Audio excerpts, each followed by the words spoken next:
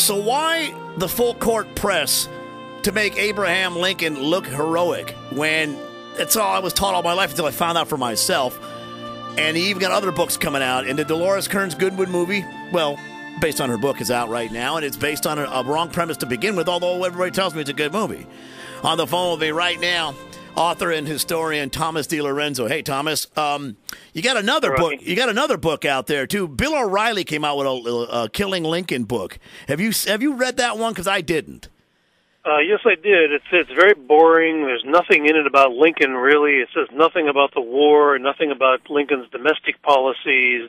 None of his speeches are in there. All it is a very boring narrative of the minute-by-minute events in the week or so before the assassination. And it's based on the work of dozens of other books that have been written on the same subject over the years, but it does not include a single footnote or reference to anybody. Oh, okay. And so you really learn almost nothing about Lincoln by reading O'Reilly's book. Well, O'Reilly hawks his book on his very popular show, and so people buy it because it says O'Reilly on it, I guess. But yeah, right. Have you noticed? Have you noticed the media buy the phone book with his name on it? Yeah. Why does the media feel the need to fictionalize Abraham Lincoln rather than just tell the story that happened? Because, the Union did win the war between the states. Abraham Lincoln was president. I mean, it did happen. I mean, why do they feel the need to make him angelic? Well, he's the image of the American state, so they're not really making just Abraham Lincoln deified. They're deifying government in general. Like the theme of the Spielberg movie is what a slick, sleazy, lying, corrupt, manipulative politician Lincoln was, and they're praising him for it.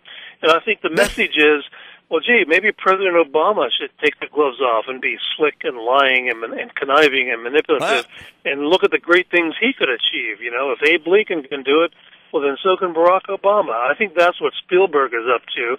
And after all, Doris Kearns Goodwin, whose book the movie is based on, she's written a hagiography, as they call it, or a biography of Lyndon Johnson, the Kennedys. So she spent her career sort of writing books whitewashing some of the dirtiest and sleaziest politicians in history, the Kennedys, for God's sake. And so, what else would you expect coming from her and the Hollywood left? I guess, but, did they make any mention in the movie? The fact that Lincoln said very little or nothing about slavery until, like, the last year of his life, and only because he was pushed into it. I mean, the 13th... Right. He even admitted in one of his speeches before he was president even that I've kept my mouth shut, I haven't said anything. The whole country is screaming about the issue, but Abe was tight-lipped until it became politically opportune for him to say something about it, and he never was an abolitionist per se. In fact, when he made a speech at the Cooper Union in New York City, one of the comments he made was, "We have abolitionists in Illinois. We shot one the other day." And so that was his attitude toward the actual real abolitionists, and who he thought would break up the Union, and he didn't want that to happen. But he was a political opportunist par excellence. Lerone Bennett, who used to run Ebony Magazine, do you still talk to him? He's still around, right? He's still around. Yeah, I don't communicate with him, but I regard his book "Forced into Glory" very highly. Because he claims that Lincoln told racist jokes. Was a huge fan of blackface minstrel shows and things like that. Was known for racist language, and I'm thinking that one I never heard.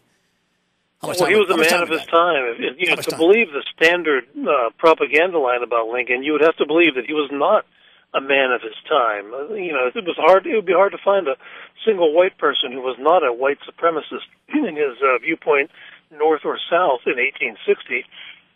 And to believe the standard story about Lincoln, you have to believe he was like the one person in the whole country who did not have that type of attitude. Well, we're out of time. I know. We're out of time. Author Thomas DiLorenzo, I could talk to you all night, but I'm sure you'd get bored with me. Thanks. We'll talk again soon, Thomas. Okay, Rocky. Have a good night. There you go.